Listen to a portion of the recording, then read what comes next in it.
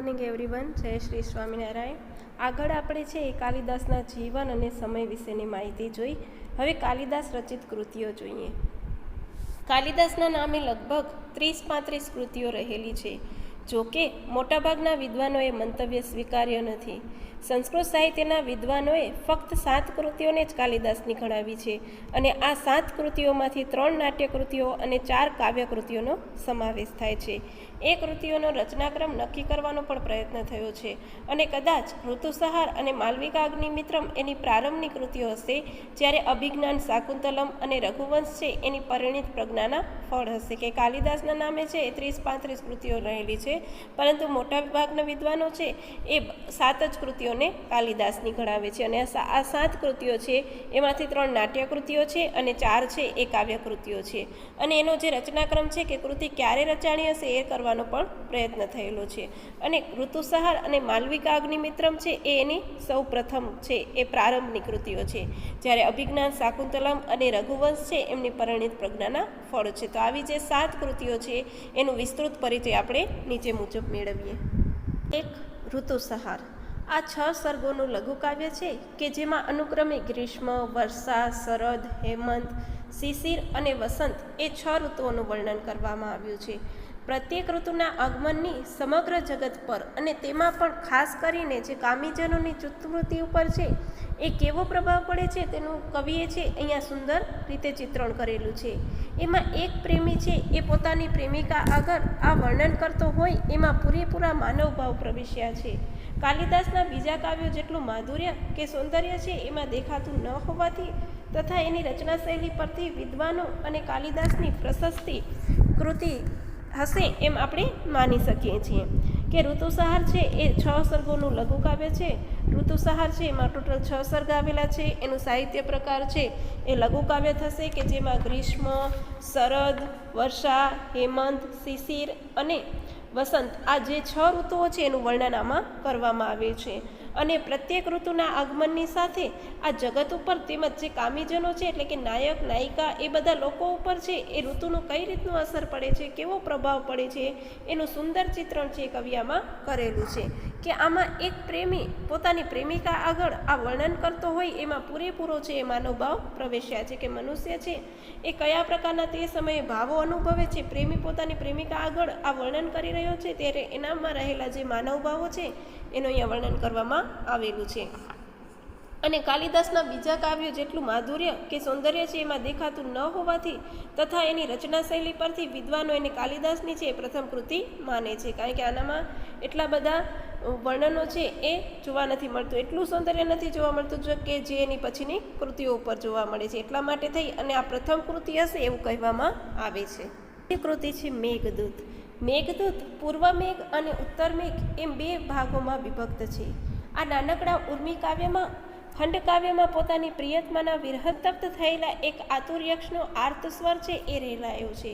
પોતાની ફરજ ચૂકવાથી સ્વામી કુબેરના શ્રાપનો ભોગ બનેલો એવો યક્ષ છે એ રામગીરી પર્વત ઉપરથી દૂર દૂર હિમાલયની ગોદમાં આવેલી અલકાનગરીમાં પોતાની પ્રિયતમાને છે એ સંદેશો પાઠવે છે. મેઘને સંદેશવાહક બનાવીને પ્રેમાસક્ત હૃદયોની જડ ચેતનાના ભેદથી પર એવી વિરહતી પ્રણયની દ્રષ્ટિને આ કાવ્યમાં કવિએ છે એ શબ્દદેહ આપ્યો છે.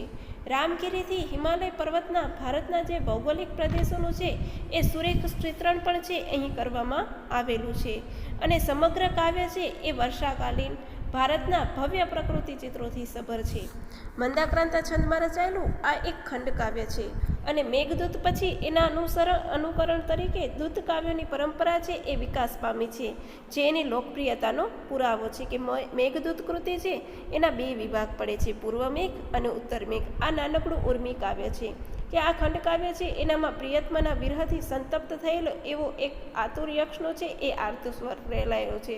કારણ કે જ્યારે યક્ષ છે એ સ્વામી કુબેરના શ્રાપનો ભોગ બને છે ત્યારે યક્ષને રામગીરી પર્વત ઉપર રહેવું પડે છે અને એની પ્રિયતમા છે દૂર દૂર હિમાલયની ગોદમાં આવેલી એવી અલકાનગરીમાં હોય છે. એટલા માટે થઈ અને પોતાના પ્રિયતમાને સંદેશ પાઠવવા માટે એ મેઘને સંદેશવાહક બનાવે છે. અને આની અંદર છે એ રામગીરીથી લઈ અને હિમાલય પર્વત સુધીના જે ભારતના ભૌગોલિક પ્રદેશ છે એનું પણ સુંદર ચિત્રણ કરવામાં આવેલું છે. અને આ કાવ્ય છે એ સમગ્ર વર્ષાકાલીન છે અને તે જ સમય દરમિયાન ભારતનું ભવ્ય પ્રકૃતિ ચિત્રોથી સબર એવું વર્ણન આમાં કરવામાં આવેલું છે. મંદાક્રાંતા છંદમાં રચાયેલું આ એક ખંડકાવ્ય છે. મેઘદૂત છે એનો સાહિત્ય પ્રકાર છે ખંડકાવ્ય થશે અને એમાં આવતા બધા જ શ્લોકો છે એ મંદાક્રાંતા છંદમાં આવેલા છે. અને મેઘદૂત પછી એના અનુકરણ તરીકે દૂતકાવ્યોની પરંપરા વિકાસ પામી હશે, જે એની લોકપ્રિયતાનો પુરાવો છે કે મેઘદૂત પછી જ છે જુદા જુદા દૂતકાવ્યો રચાયેલા હશે એવું પણ જોવા મળે છે. 3. કુમાર સંભવ. 8 સર્ગોનું બનેલું આ મહાકાવ્ય છે. કાર્તિકેયની ઉત્પત્તિની કથાનું વર્ણન કરતું આ કાવ્ય શિવ પાર્વતીના પરિણયની સુંદર ભૂમિકા પ્રસ્તુત કરે છે. મદન દહન પછી શિવ પાર્વતીનો સ્વીકાર કરે છે અને કુમારના જન્મની સંભાવના થાય છે. કેટલાક ખોટી રીતે એના 7 સર્ગો માને છે, જ્યારે અન્ય કેટલાક 17 સર્ગ માને છે. પરંતુ મલ્લીનાથે છે એ 8 સર્ગની જ ટીકા લખી હોવાથી બાકીનો ભાગ છે એ પાછળથી ઉમેરાયેલો હતો એવું વિદ્વાનોનું મંતવ્ય છે. સંસ્કૃત સાહિત્યના પંચમહાકાવ્યોમાં તેનું સ્થાન પણ વિશિષ્ટ છે કે કુમાર સંભવ છે એનામાં 8 સર્ગોનું બનેલું છે અને એનું સાહિત્ય પ્રકાર થશે મહાકાવ્ય. આમાં છે એ કાર્તિકેય છે એની ઉત્પત્તિનું કથાનું વર્ણન છે એ કરતું આ કાવ્ય છે એ શિવ અને પાર્વતીના જે પરિણય છે, પ્રેમ છે, એની પણ સુંદર ભૂમિકા પ્રસ્તુત કરે છે કે કુમાર સંભવ છે એમાં જે કાર્તિકેય છે એની ઉત્પત્તિ થાય છે એ કથાનું વર્ણન આવે છે, સાથે સાથે શિવ અને પાર્વતીના પરિણયનું વર્ણન પણ આવેલું છે કે મદન દહન પછી છે એ શિવ છે એ પાર્વતીનો સ્વીકાર કરે છે અને ત્યાર પછી છે કુમારના જન્મની સંભાવના થાય છે. હવે કેટલાક વિદ્વાનો છે એ ખોટી રીતે આને 7 સર્ગો માને છે, ત્યારે કેટલાક 17 સર્ગ માને છે, પરંતુ મલ્લીનાથે છે એ 8 સર્ગની જ ટીકા લખી હોવાથી બાકીનો ભાગ છે એ પાછળથી ઉમેરાયેલો હશે એવું વિદ્વાનોનું મંતવ્ય છે. આમ સંસ્કૃત સાહિત્યમાં જે પંચ મહાકાવ્યો છે એનામાં કુમાર સંભવ છે એને પણ વિશેષ સ્થાન આપવામાં આવેલું છે. 4. રઘુવંશ. 19 સર્ગોનું આ મહાકાવ્ય પંચમહાકાવ્યોમાં પ્રથમ સ્થાને વિરાજે છે. કાલિદાસની કાવ્યકૃતિઓમાં એનું સ્થાન છે એ સર્વત્ર ઉત્કૃષ્ટ માનવામાં આવ્યું છે. આ મહાકાવ્યમાં રઘુવંશના દિલીપ, રઘુ, અજ, દશરથ, રામ વગેરે જે પ્રતાપી રાજાઓથી માંડી અને અગ્નિવર્ણ સુધીના 29 રાજાઓનું ચરિત્ર ચિત્રણ છે એ ખૂબ જ રોચક શૈલીમાં કરવામાં આવ્યું છે. આ રાજાઓમાં રઘુ રાજાને સર્વોત્તમ ઘણી તેના નામ ઉપરથી કાવ્યનું છે એ રઘુવંશ રાખ્યું હશે એવું કહેવામાં આવે છે. કાવ્યનું નામ દિલીપનું આશ્રમ ગમન, સિંહ દિલીપ સંવાદ, રઘુ ઇન્દ્ર યુદ્ધ, ઇન્દુમતી સ્વયંવર, અજવિલાપ, સીતા ત્યાગ વગેરે જેવા રસપૂર્ણ અને ચોટદાર પ્રસંગોથી આ મહાકાવ્ય છે એ વિશેષ મંડિત છે. એમાં કાલિદાસની પરિપક્વ પ્રજ્ઞા અને મહાપ્રતિભાના ઠેર ઠેર દર્શન થાય છે. રઘુવંશની શ્રેષ્ઠતાને લીધે જ કાલિદાસ છે એ રઘુકાર તરીકે પણ ઓળખાયા છે. રઘુવંશમ છે એ ટોટલ 19 સર્ગોનું કાવ્ય થશે. આનો સાહિત્ય પ્રકાર છે મહાકાવ્ય છે. પંચ મહાકાવ્યો જે આપવામાં આવેલા છે એમાં રઘુવંશમ પ્રથમ સ્થાને છે અને કાલિદાસની કાવ્યકૃતિઓમાં એનું સ્થાન છે એ સર્વોત્કૃષ્ટ માનવામાં આવ્યું છે. આ જે મહાકાવ્ય છે એમાં રઘુવંશમાં એટલે કે રઘુકુળમાં થઈ ગયેલા એવા દિલીપ, રઘુ, અજ, દશરથ, રામ વગેરે પ્રતાપી રાજાઓથી માંડી અને અગ્નિવર્ણ સુધીના જે 29 રાજાઓ છે એનું ચરિત્ર ચિત્રણ અહીંયા કને આલેખવામાં આવેલું છે. અને આ રાજામાં રઘુ રાજા છે એ સર્વ ઉત્તમ હતા અને તેના નામના આધારે જ છે એ આ કાવ્યનું નામ છે એ રઘુવંશમ રખાયું હશે એવું પણ કહેવામાં આવે છે. આ રઘુવંશમ છે એનામાં જુદા જુદા વર્ણનો આવે છે કે જેનામાં દિલીપનું આશ્રમ ગમન, સિંહનું અને દિલીપનું જે સંવાદ છે તે, રઘુ અને ઇન્દ્રનું યુદ્ધ, ઇન્દુમતી સ્વયંવર પ્રસંગ, અજનો વિલાપ, સીતા ત્યાગ આવા વગેરે જેવા રસપૂર્ણ અને ચોટદાર પ્રસંગો છે એ આ મહાકાવ્યમાં આવેલા છે. અને એમાં છે એ કાલિદાસની પરિપક્વ પ્રજ્ઞા અને મહાપ્રતિભાના પણ આપણને ઠેર ઠેર દર્શન થાય છે. અને રઘુવંશની શ્રેષ્ઠતાને લીધે છે એ કાલિદાસને રઘુકાર તરીકે પણ ઓળખવામાં આવે છે એવું કહેવાયું છે. 5. માલવિકા અગ્નિમિત્રમ. 5 અંકના આ નાટકમાં મૌર્ય વંશનો નાશ કરનાર સેનાપતિ પુષ્યમિત્રના પુત્ર અગ્નિમિત્ર અને રાજકુંવરી માલવિકાના પ્રણય અને પરિણયનું અહીંયા નિરૂપણ કરવામાં આવેલું છે. રાજાને ધારિણી અને ઈરાવતી એમ 2 રાણીઓ હતી જ. પછી માલવિકાનો પ્રવેશ થાય છે. આથી અહીં બે રાણીઓ છે એ પ્રતિનાયિકાઓ છે અને તેમના દ્વારા ઉત્પન્ન થતા પ્રણય કાર્યના અંતરાયોને નાટકોનો બુદ્ધિશાળી વિદૂષક દૂર કરે છે. રાજા પોતાનું દાક્ષિણ્ય છોડ્યો નથી અને નાટકનું કથાનક અને સંકલનની જટિલતા જોતાં એ કવિનું પ્રથમ સર્જન હશે. તેમજ સંસ્કૃત સાહિત્યના રૂપક પ્રકારમાં જે નાટકના સ્વરૂપનો વિકાસ થયો છે તેના નમૂના તરીકે એને ગણાવી શકાય. કેટલીક ઐતિહાસિક ઘટનાઓનો એમાં સમાવેશ થયેલો હોવાથી કાલિદાસના કાળ નિર્ણયમાં પણ એનું અગત્યનું સ્થાન ગણાય છે કે માલવિકા અગ્નિમિત્રમ એ 5 અંકનું છે અને નાટક એનો સાહિત્ય પ્રકાર છે કે મૌર્ય વંશનો નાશ કરનાર એવા સેનાપતિ જે પુષ્યમિત્રનો પુત્ર છે અગ્નિમિત્ર અને રાજકુંવરી જે માલવિકા છે, આ બંનેના પ્રેમનું વર્ણન છે એ અહીંયા કરવામાં આવેલું છે કે રાજાને ધારિણી અને ઈરાવતી એમ 2 રાણીઓ હતી જ, પરંતુ એના પછી છે એની જિંદગીમાં છે એ માલવિકાનો પ્રવેશ થાય છે. આથી અહીં 2 રાણીઓ છે એ પ્રતિનાયિકાઓ છે અને તેમના દ્વારા છે આ બંનેના પ્રણય કાર્યમાં અંતરાયો ઊભા કરવામાં આવે છે કે જે નાટકનો બુદ્ધિશાળી વિદૂષક છે એ બંને એ દૂર કરે છે અને રાજાનું છે એ પોતાનું દાક્ષિણ્ય તો છોડતો નથી. નાટકનું કથાનક અને સંકલનની જટિલતા જોતાં એવું લાગે છે કે આ કવિનું છે એ પ્રથમ સર્જન હશે અને સંસ્કૃત સાહિત્યના રૂપક પ્રકારમાં જે નાટક સ્વરૂપનો વિકાસ થયો છે તેના નમૂના તરીકે એમણે આ કૃતિ ગણાવી શકાય છે. કેટલીક ઐતિહાસિક ઘટનાઓનો પણ આમાં સમાવેશ થયેલો છે કે જેના આધારે છે એ આપણે કાલિદાસના કાળ નિર્ણયમાં એ અગત્યનું સ્થાન ધરાવે છે. તેથી એનો કાળ નિર્ણય છે એ ઝડપથી થઈ શકે છે. 6. વિક્રમોર્વશીય. આ પણ 5 અંકનું નાટક છે અને પ્રમાણમાં માલવિકા અગ્નિમિત્રમ કરતાં ચડિયાતું છે. વેદકાળથી પ્રસિદ્ધ એવા પ્રતિષ્ઠાનપુરના રાજા પુરુરવા અને અપ્સરા ઉર્વશીનું કથાનક લઈ કવિએ એ સ્વર્ગ અને પૃથ્વીનું મિલન કરાવ્યું છે. રાજાની પ્રથમ રાણી ઔશિનારી છે એ અહીં પ્રતિનાયિકા છે. રાજા એના પ્રતિ દાક્ષિણ્ય દર્શાવે છે, છતાં રાણી પોતે જ છે એ રાજાના પ્રણય માર્ગમાંથી ખસી જાય છે. ભરત મુનિના શ્રાપથી અને કુમારવરને મળેલા કુમારના શ્રાપથી પ્રણય કાર્ય છે એમાં અંતરાયો ઊભા થાય છે. અહીં ગોટાળા ઉત્પન્ન કર્યા સિવાય વિદૂષકનું પાત્ર છે એ જાજુ મહત્ત્વ ધરાવતું નથી.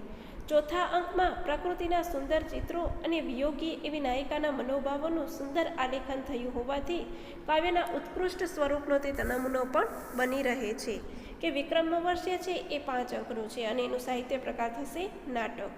પ્રમાણમાં આ માલવિકા અગ્નિમિત્રમ કરતાં ચડિયાતું છે અને વેદકાળથી પ્રસિદ્ધ એવા જે પ્રતિષ્ઠાનપુરના રાજા પુરુરવા છે અને અપ્સરા એવી ઉર્વશીનું કથાનક છે અહીંયા લેવામાં આવેલું છે કે જેના દ્વારા કવિ છે એ સ્વર્ગની અપ્સરા અને પૃથ્વીનો રાજા એ બંનેનું મિલન બતાવે છે. રાજાની પ્રથમ રાણી છે એ ઔશિનારી છે કે જે અહીં પ્રતિનાયિકા તરીકે આવશે. રાજા એના પ્રત્યે છે એ દાક્ષિણ્ય દર્શાવે છે, છતાં પણ રાણી પોતે જ છે એ રાજાના પ્રણય માર્ગમાંથી ખસી જાય છે. ભરત મુનિના શ્રાપથી અને કુમારવનને મળેલા કુમારના શ્રાપથી બંનેના પ્રણય કાર્યમાં છે અંતરાયો ઊભા થાય છે અને અહીં ગોટાળા ઉત્પન્ન કર્યા સિવાય વિદૂષક છે એનું પાત્ર છે એ વધુ મહત્ત્વ ભજવતો નથી. ચોથા અંકમાં છે એ પ્રકૃતિના સુંદર ચિત્રો અને વિયોગી નાયકના મનોભાવોનું સુંદર આલેખન થયું હોવાથી કાવ્યના ઉત્કૃષ્ટ સ્વરૂપનો તે નમૂનો પણ બની રહે છે. અભિજ્ઞાન શાકુંતલમ. સમગ્ર વિશ્વમાં કાલિદાસનો યશ ફેલાવનાર આ અત્યંત લોકપ્રિય સુપ્રસિદ્ધ એવું 7 અંકનું નાટક છે. મહાભારતમાં આવતા કથાનકને આધારે કવિએ એમાં પુરુ વંશમાં જન્મેલા એવા પ્રતાપી રાજા દુષ્યંત અને વિશ્વામિત્ર મેનકાની પુત્રી એવી શકુંતલાનો પ્રણય નિરૂપ્યો છે.